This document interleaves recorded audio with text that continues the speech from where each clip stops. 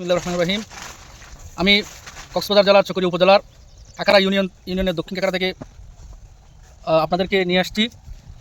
এই দক্ষিণ কাকারার 7 নং ওয়ার্ড কৃষক দলের সাধারণ সম্পাদক আব্দুর রহিমের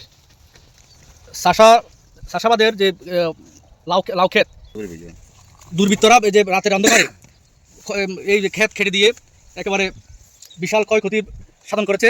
এই ক্ষেত আমরা পরিদর্শন করতে এসেছি। আমরা এসে দেখতে পেলাম এই ক্ষেতের প্রায় 2 একরের মতো ক্ষেতে কোনো একেবারে সব গাছ একেবারে খেটে সাবার করে দিয়েছে দুর্বৃত্তরা। এখানে আপনাদেরকে আমি একটু দেখাতে চাই। এই যে দেখেন একেবারে ক্ষেতের সব গাছ, প্রতিটা গাছ একেবারে কেটে কোনো গাছ বাকি নেই। এখন এই যে দেখেন সব ক্ষেতে একদম পুরো ক্ষেত লাউয়ে ভরপুর, কিন্তু সব গাছ এই যে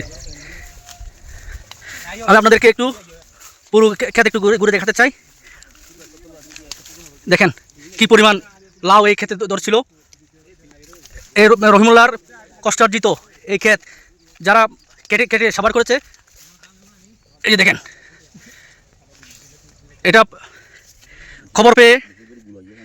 খবর পেয়ে কাকারা ইউনিয়ন বিএনপির দপ্তর সম্পাদক সোহাইবুল ইসলাম এম এ এই ক্ষেত পরিদর্শন করতে এসেছেন। আমি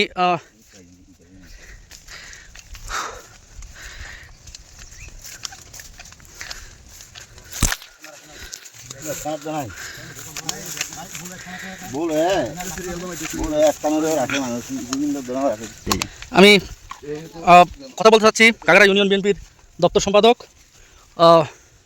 সোহাইবুল ইসলাম এর সাথে কথা বলতেছি।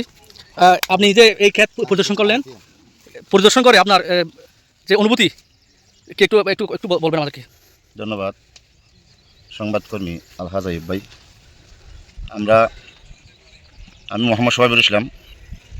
আমি 7 নম্বর ওয়ার্ডের পার্শ্ববর্তী ওয়ার্ড 9 নম্বর ওয়ার্ডের একজন লোক।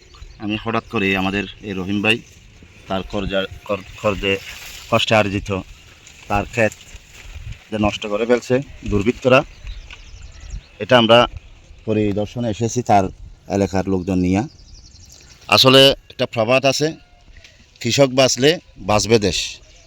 এই কৃষক হচ্ছে আমাদের জন্য অক্লান্ত পরিশ্রম করে যাচ্ছেন প্রতিনিয়ত, ঝড় বৃষ্টি উপেক্ষা করে এই রোদের মধ্যে তারা আমাদের জন্য ফসল ফলিয়ে যাচ্ছেন। কিন্তু গতকালকে রাতের আঁধারে পরিকল্পিতভাবে সুকৌশলে তার প্রায় 2 একর জমি যেটি লাউ চাষ করেছিল, প্রত্যেকটা লাউ চাষ কেটে দিয়েছে। একটা গাছ